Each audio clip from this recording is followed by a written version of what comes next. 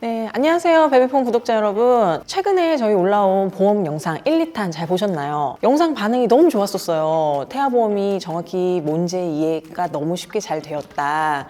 그리고 특약 구성은 어떻게 해야 되는지 설명을 잘 해주셔서 유익한 영상이었다라는 긍정적인 댓글들을 많이 봤는데 너무 감사드리고요. 일단 태아보험 2편에서는 저희가 좀 세 가지를 중점적으로 다뤘었죠. 신생아 질병과 선천 이상 수술 담보 그리고 태아 특약에 관한 부분을 다뤘었는데 제가 2부 영상 말미에 그런 멘트를 했었을 거예요. 내 아이의 태아보험이 지금 제대로 구성이 되어 있는지 추가하거나 뭐 해야 되는 부분은 없는지에 대해서 한번 너무 살펴보고 싶다라고 말씀을 드렸었는데 오늘은 그래서 우리 아이 보험 이대로 괜찮은가 태아보험 리모델링 편에 대해서 준비를 해봤습니다. 1, 2부 영상을 함께 해주신 서재윤 팀장님과 어린이 보험 전문가 신미남 팀장님 두 분을 모셔서 좀 더 자세한 얘기를 풀어보도록 할게요. 안녕하세요 팀장님들. 안녕하세요. 저희 영상에 출연해주셔서 너무 감사해요. 불러주셔서 감사드립니다. 아닙니다. 그래서 태아보험에 관한 이슈라든지 관심이 이렇게 뜨거울 줄은 저도 몰랐었어요. 네. 근데 정말 많은 분들이 반응이 장난이 아니었었어요. 저는 오늘은 태아보험 말씀드린 것처럼 태아보험 리모델링에 관해서 한번 얘기를 살펴보도록 할 텐데 저희 아이를 예로 든다면은 순수하게 실손보험에만 가입이 되어 있어요. 다른 보험을 준비를 해야 되겠다라는 거는 알겠는데 어떤 보험을 어떻게 준비를 해야 될지는 잘 모르겠어서 네. 그래서 그 부분 한번 설명 좀 부탁드릴게요. 그래도 얼마나 다행이에요. 그러니까 보장의 근간을 이루는 실손보험이 있었기 때문에 네. 혹시라도 무슨 일이 있었더라면 우리 가정경제 치명적인 손실은 그래도 없었을 거예요. 그렇죠? 네네 맞아요. 네, 실손보장이 4차 표준화까지 이루어지면서 이제 보험사의 손해율하고 사업비 때문에 보장 금액은 많이 축소가 됐고 보험료도 낮아지긴 했어요. 네, 싸더라고요. 그렇죠. 네. 근데 그만큼 축소되면서 변경이 많이 이루어졌다라는 거는 보험금이 많이 나갔다는 거예요. 네. 과장님도 그 보험으로 애기 가입해 주신 거죠? 네. 이제 들어보셨겠지만 오래전 우리 부모님들께서 우리 사모님들이라든가 우리 세대에 보험을 가입해 줬던 실수는 자기 부담금이 5,000원이었어요. 네. 그러니까 지금 우리 과장님이 갖고 계신 거라든가 지금 4차 실손 가입하신 우리 고객님들 모두는 네. 급여 20%, 네. 비급여 30%를 제외하기 때문에 네. 평균 25%를 제외하고 나머지만 받는다라고 생각하시면 돼요. 아. 그러니까 5,000원만 받고 제외하고 받았던 시절하고는 너무 다른 개념이죠. 저 실제로 네. 실손 통해서 청구를 했었어요. 보험금 네. 청구를 했었는데 얼마 나오던가요? 제가 쓴 비용은 몇만 원대인데 네. 저한테 들어오는 거는 몇천 원대로 들어오더라고요. 그러시죠. 그래서 이게 뭔가 했었는데 네. 그런 이유에서인 건가요? 그렇죠. 그러니까 실손보장에 대해서 우리가 갖고 있었던 환상이 깨지기도 했고 뭐야 내가 내는 돈에 대해서 가성비가 오히려 떨어지는 건 아닌가라는 맞아요. 생각들을 하십니다. 네네. 그래서 우리 고객님들께서 많이 질문들을 주세요. 네. 보험료가 많이 저렴해져서 좋은 건 있지만 이만큼 보장을 많이 못 받아가시기 때문에 혹시라도 바꿔라라고 전화를 받거나 그러신 분도 있어요. 네네. 건강하시다면 상관은 없어요. 그런데 기병력이 있으시고 약을 꾸준히 드셨던 환자분들 그런 분들은 요거를 변경하실 때 많이 심사숙고하셔야 됩니다. 네, 그만큼 4차 실소로 전환하는 거 심사숙고하시고 플래너랑 상의를 하셔야 되고요. 네네. 어쨌든 권 과장님의 자녀분이 실손이라도 있었더라는 건 굉장히 럭키한 케이스예요. 네. 근데 영유아기 지나서 이제 성장기 지나고 어린이 그다음에 성인기를 지나면 네. 생각지도 못했던 질병과 수술기 진단을 받을 수도 있단 말이죠. 그쵸. 실손에서 보장을 받으시겠지만 자기 부담금을 제외하고 나머지 받는 거에 대해 좀 더 많이 보장을 두둑하게 받고 싶다 할 때 들어두는 보험이 바로 정액보장이거든요. 종합보장이라고도 하는데 네네. 자녀분이 지금 어리시잖아요. 네네네. 그리고 건강하잖아요. 네. 가입하셔야 됩니다. 네. 정액보장 종합보험 저는 우선 좀 낯선데 이게 네. 어떤 보험이죠? 그 실손보험이라는 게 네. 뭐 내가 아프거나 다쳐서 치료를 받으신 이후에 네네네. 병원에 지불한 금액에서 내가 일부 부담금을 제외한 금액을 돌려받는 거라는 건 이제 아시잖아요, 네네. 그죠, 과장님? 네. 이제 정액보장, 종합보장이라는 거는 네. 사전적 의미 그대로 정해진 금액, 약속된 금액을 보장을 해준다는 뜻이에요. 그래서 예를 들면 뭐 암으로 진단을 받았다. 네. 그러면 암 진단비 얼마, 그다음에 입원을 했다. 그러면 며칠 동안 입원한 거에 대한 입원 일당 얼마 이렇게 약속된 금액을 네. 보험회사가 보험 가입자에게 지급을 해드린다는 내용이 정액보장, 종합보장인 거예요. 네네. 이런 보장들이 실손보장을 제외한 대부분의 보장들 진단자금, 네. 그다음에 입원 일당, 네. 수술비 이런 대부분의 보장들이 정액 보장이라고 보시면 됩니다. 진단금, 수술비, 입원 일당. 네. 그러니까 실손을 보장한 대부분의 보험들이 정액 보장에 해당하는 종합보험에 들어가는 부분입니다. 아, 그렇구나. 저도 지난 영상 찍으면서 되게 진단금에 대한 언급이 좀 종종 있었어요. 자주 있어서. 그래서 되게 중요하구나 했는데 종합보험 내에 진단금이 포함이 되어 됩니다. 있네요. 그럼 종합보험을 가입을 할 때 어떤 부분을 가장 중점적으로 봐야 될까요? 저는 네. 보험 리모델링을 할 때, 네네네. 상담을 진행을 할 때 네. 집을 짓는 것에 많이 비유를 해드려요. 평평한 바닥에 네. 골조를 세워야지만 안정감이 있겠죠. 그쵸. 그죠. 보험도 마찬가지라고 보시면 돼요. 실비가 단단한 바닥이 되는 거고 네. 그 위에 우리가 알고 있는 중대 질환이라고 하는 네. 뭐 암, 뇌혈관, 네네. 심혈관 질환 들어보셨죠? 네네. 이런 중대 질환에 대한 준비가 튼튼한 지붕 역할을 한다고 보시면 됩니다. 이렇게 보면 중요하지 않은 부분은 없다고 생각되시죠? 그쵸, 다 중요한 그죠? 것 같아요. 다 중요하죠. 네. 지붕도 중요하고 네. 골조도 중요하고 네. 골조를 더 세울 건지 지붕을 더 튼튼하게 할 건지 네. 개개인에 따라 조금 달라질 수가 있어요. 음. 가족력이라던가 네. 직업이라던가 네네네. 생활 환경 네. 이런 부분에 따라서 달라지기도 하지만 네. 대부분의 기본 틀은 비슷하다고 보시면 돼요. 과장님도 이제 아시겠지만 네. 실손 의료비가 뭐 최소한의 비용으로 최대한의 효과를 주는 가성비 가배 보험인 건 그쵸. 알고 계시죠? 네네. 그죠? 이 치료비에 대한 걱정을 실손 의료비가 충당해 줄 수는 있지만 아까 말씀드렸듯이 우리가 알고 있는 중대 질환은 치료 기간이 길어요. 암도 그쵸. 그렇고 뇌혈관도 그렇고 네. 심혈관도 그렇고 네네. 치료비에 대한 부담도 큰 부분이잖아요. 맞아요. 그죠? 근데 실비가 있다고 하지만 그 기간 동안 내가 일상생활을 하기가 힘들어질 수가 있기 때문에 이런 진단자금은 최대한 길게 넉넉하게 보장해주는 거를 추천을 드리고 있습니다. 가정경제에도 확실히 도움이 되겠네요. 아, 그럼요. 네. 평균 기대수명이 늘어나고 있기 때문에 네. 요즘은 암에 대한 진단비도 네. 일회성이 아닌 뭐 재진단암, 네. 전이암 이런 부분에 대해서도 많이 출시가 되고 있어요. 그러면은 재진단암이라는 게 좀 암 발병률이 재발이 높기 때문에 좀 출시된 거라고 볼 수 있을 거예요? 네, 맞습니다. 재진단암이 말 그대로 재진단을 받는다는 거잖아요. 예를 들면 소아 백혈병 같은 경우에는 네네. 치료 기간이 보통 평균 5년에서 10년이라고 해요. 네. 아가들 같은 경우에는 면역력이 약하고 네. 약한 아가들한테 강한 항암제를 쓸 수가 없잖아요. 그래서 치료 잔존 기간이 길기 때문에 2년마다 네. 잔존암이 있다고 하면 네. 재진단암으로 진단비를 계속 준다는 의미거든요. 그렇기 때문에 필요할 부분이겠죠. 일회성만으로 끝나게 되면 네. 가정경제에 좀 타격을 받을 수 있는 부분이기 때문에 네네. 근데 아까 그 혈관 질환에서 제가 듣기로는 부정맥이 10대 친구들한테도 발병이 된다는데 실제로 그런가요, 팀장님? 10대 부정맥이 지금 현재 네. 통계로 보면 네. 유사암 진단보다 네. 확률이 훨씬 높다고 해요. 암보다요? 암보다 오. 10대 부정맥에 대해서. 네. 근데 그 부분에 대한 준비가 많이 부족하신 분이 많아요. 지금은 젊으신 분들도 직장에 정기 검진을 하고 있고 네. 그리고 나라에서 정기 검진을 시행을 하고 있잖아요. 네네. 조기 발견이 많이 되고 있는데 네. 하고요. 네. 10대 부정맥도 많이 나오고 있고 네. 특히나 코로나 이후에 심근병증이라고 하는 그런 진단도 많이 발병이 되고 있습니다. 그래서 그 부분에 대한 것도 보장이 되는지 여부를 체크를 해야 될 시기입니다.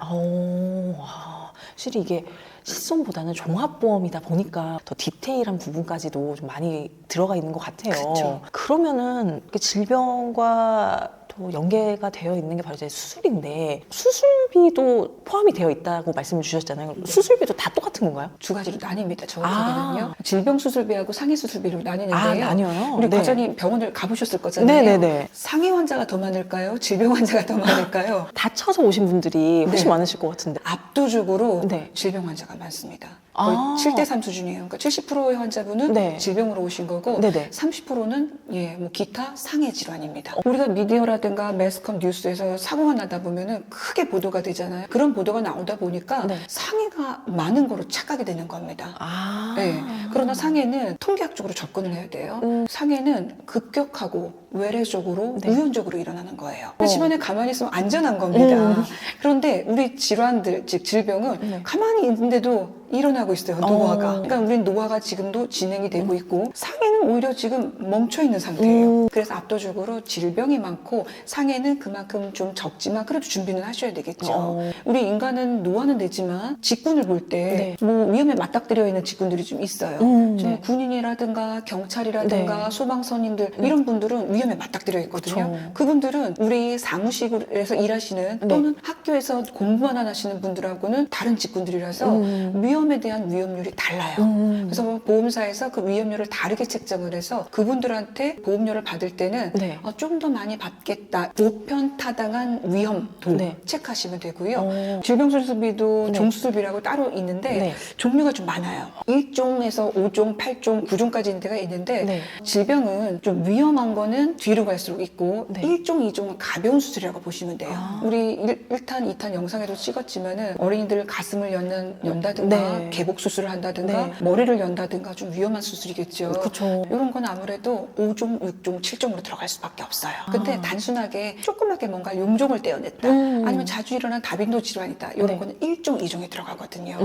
그래서 그래서 그 종수술비를 준비하는데 네. 어차피 노화되고 나는 오래 살 거야라는 네. 걸 아신다면 네. 오랫동안 충분히 넉넉하게 준비하시는 게 맞아요. 그러면 우리 한번 질문을 드려볼게요. 네. 우리나라 사람들 수술 많이 한다고 네, 해요. 네. 의료기술도 많이 발달돼 있고 우리나라 사람들이 가장 많이 하는 수술이 뭘까요? 제 인생의 수술은 제왕절개하고 맹장뺀 네. 거밖에 없어서 다행이십니다. 너무 좋은 거죠. 제왕절개 좀 특수한 경우에 네, 즉 네. 여자만이 할 수 있고 그쵸. 임산부들만이 할 수 있는 네네네. 수술이에요. 요거는 특수하지만 우리나라 대한민국 사람들이 가장 많이 한 수술은 백내장입니다. 백내장? 눈. 네. 아. 대표적인 노화 질환이에요. 오. 그 다음에 우리가 먹었으면 배설을 해야죠. 네. 치질과 관계된 치익 수술. 아. 네, 아시죠? 네. 들어보셨을 네네. 거예요. 그 다음에 이제 나오는 수술들이 뭐 관절염, 그 다음에 제왕절개, 그 다음에 충수염 수술도 있고 담낭을 좀 제거하는 수술도 있어요. 네네네. 근데 이 제왕절개를 제거한 나머지 수술도 보면은 노화와 관계 있는 겁니다. 그쵸. 다 일상생활 하면서. 네, 백내장에 관한 수술도 지금 말이 좀 굉장히 많았지만 네. 어쨌든 누구나 한 번쯤은 한다라는 거예요. 뭐 40만, 50만이 했다라고 하는데 임산부들도 그 10만이 넘게 수술하셨더라고요. 오. 그렇기 때문에 수술비는 누구나 할 수 있다라는 가정에 의해서 통계에 의해서 꼭 준비를 하셔야 됩니다. 과장님 그 제왕절개 수술 하셨다고 하셨는데 혹시 네. 제왕절개 수술비 보험금으로 받으신 적 있으세요? 아니요. 그냥 전 제 돈 내고. 제왕절개 수술 보험이 있는 거예요, 상품이? 생명보험사에 네. 수술비 보험이 있어요. 생명보험사에 다르게 약관에 근거해서 제왕절개 수술비도 나간다라는 게 있습니다. 너무 좋죠. 네. 아시는 분이 별로 없어요. 몰랐던 사람 저. 네, 몰랐던 사람 저. 우리 사모님들이 요즘에 저희한테 이제 태아보험을 의뢰하시면서 네. 저 제왕절개 하는데 수술비 나올 수 있나요? 제가 지난번에 2탄에서도 말씀드렸었습니다. 네. 산모보장에서 제왕절개 수술비와 입원비가 나가는 경우가 있어요. 네. 그러나 그게 많지는 않아요. 오. 그래도 받는 게 좋겠죠. 네, 예. 그래서 제왕절개 수술비도 물어보시는 분들을 위해서 제가 그 팁을 말씀드리는데 우리나라 유일하게 손해보험사에서 지급하는 보험사가 있어요. 아, 있어요? 네, 오. 희소식이죠. 네네. 예, D보험사인데 네. 그래서 가끔씩 제가 원하신다면 네. 월보험료를 내시더라도 제왕절개를 준비하신다면은 어차피 또 노화도 오고 다른 수술을 또 하셔야 된다면 네. 제왕절개 수술비도 들어간 그 수술비, 질병수술비 제가 준비해드린 경우가 있거든요. 네네. 저렴하지만 필요하다면 네. 준비하셔야죠. 아무나 될 수는 없습니다. 아. 즉 제왕절개를 앞두고 있거나 네. 제왕절개를 할 수도 있다라는 가능성을 차트에 쓰시잖아요. 네네네네. 의사선생님이. 네. 그게 있으면 가입이 안 됩니다. 아. 보험사는 예측 가능한 손해율을 있으면 가입을 받지 않아요. 엄청 아쉽네요, 저. 그렇죠. 아. 예, 미리 준비하실 거라면 태아보험과 빨리 가입해 주세요라고 하시면서 네. 조금 똑똑한 산모님들과 네네. 부지런한 플래너님들은 준비해 주신답니다. 아. 선생님 둘째 계획 없으세요? 제왕절개 보험 때문이라도 둘째 가셔야 될 것 같아요, 진짜.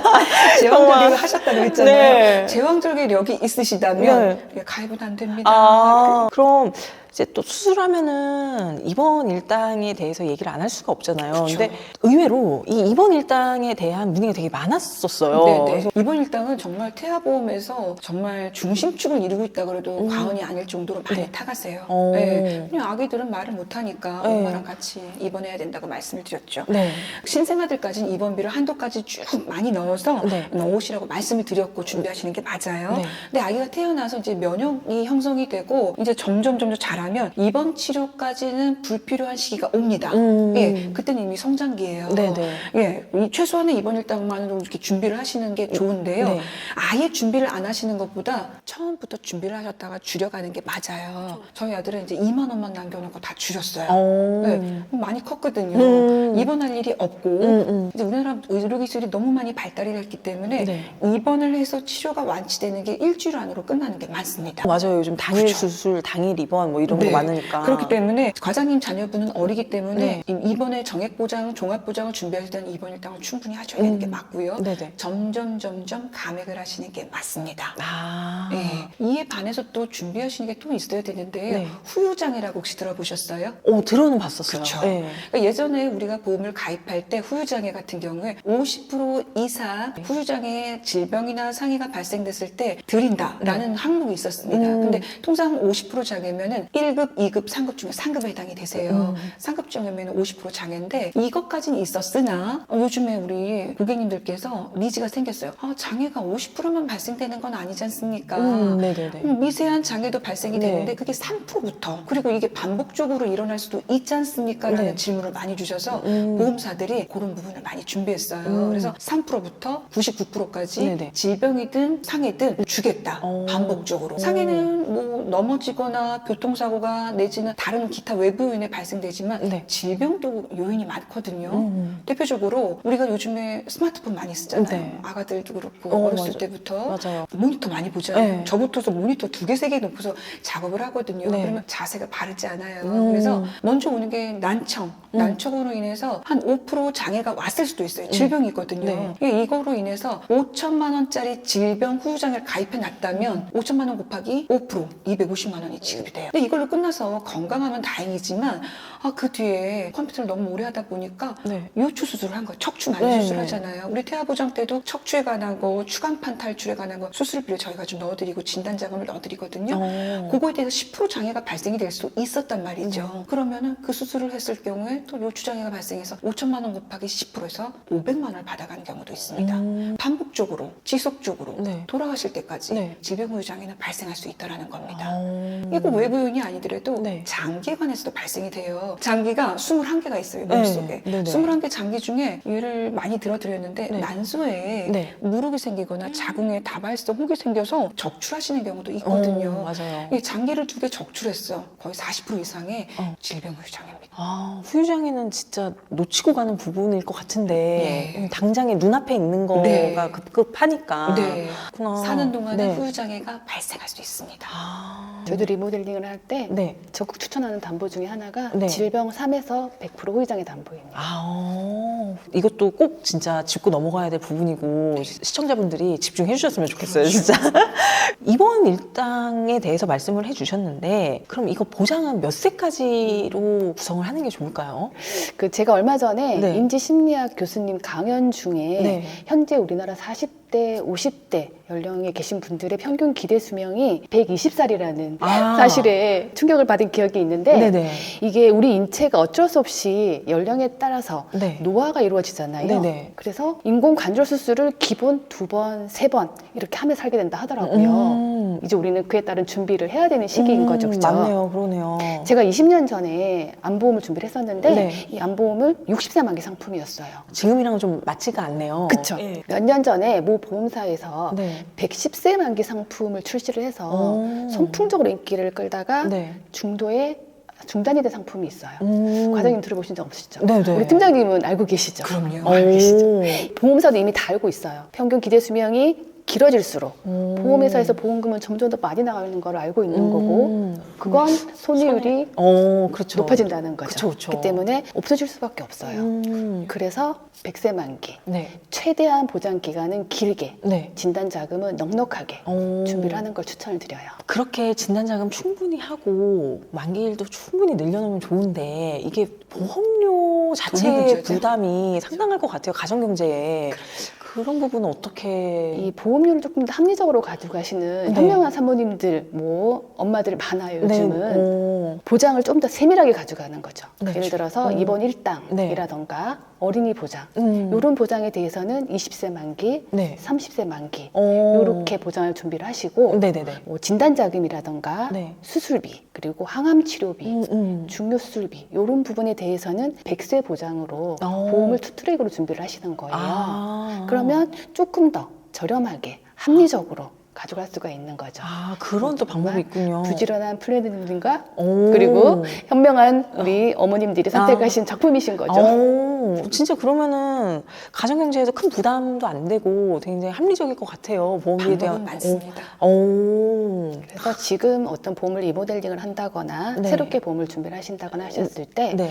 당장 눈앞에 보험료만을 생각을 하는 것보다는 길게 네. 넉넉하게 준비를 하시는 건데 네네. 아까 말씀하신 것처럼 보험료가 부담인 게 문제시라고 하시면 네. 이렇게 투트랙으로 오. 조금 세밀하게 네네네. 준비하시는 방법도 있으니까 네. 충분히 상의를 하고 결정하셨으면 좋겠습니다. 오늘 저희 이제 태아보험 리모델링 편에 대해서 한번 쭉 두 팀장님들하고 얘기를 나눠봤는데 제가 많은 분들이 보험증권 파일을 가지고 계시면은 뭐 서류가 됐든지 뭐 PC 화면이 됐든지 한번 살펴보시면서 이 영상을 보셨으면 더 도움이 되셨을 것 같아요. 이 정도면은 괜찮구나.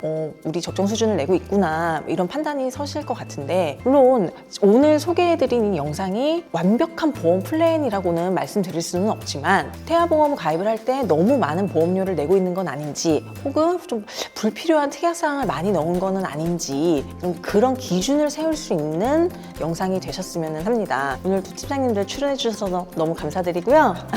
다음 시간에도 좀 더 유익하고 재미있는 영상으로 찾아뵙도록 할게요. 오늘 영상도 시청해 주셔서 감사합니다. 감사합니다. 감사합니다.